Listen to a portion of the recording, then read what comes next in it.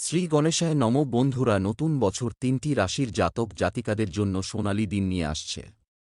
শনি এবং শুক্র এই রাশির জাতকদের প্রচুর উন্নতি এবং সম্পদ দেবেন।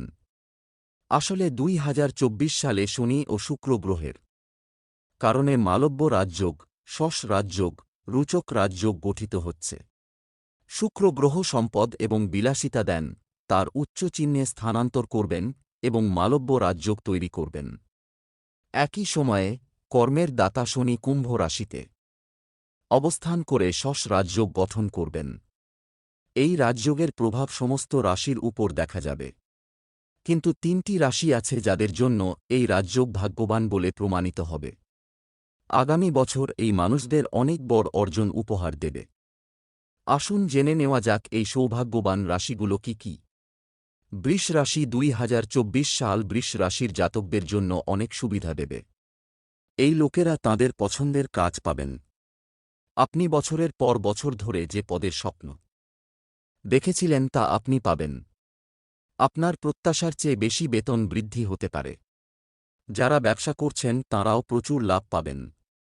আপনার সমস্ত পরিকল্পনা সম্পন্ন হবে। আপনি ইতিবাচক শক্তিতে পরিপূর্ণ হবেন।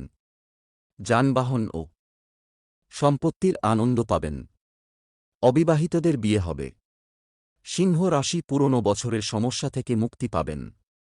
আপনার আয়ও বাড়বে এবং আপনার কর্মজীবনেও সুবিধা হবে। দাম্পত্য সুখ লাভের জন্য এটি একটি ভালো সময়। প্রেম ও দাম্পত্য জীবন ভালো যাবে।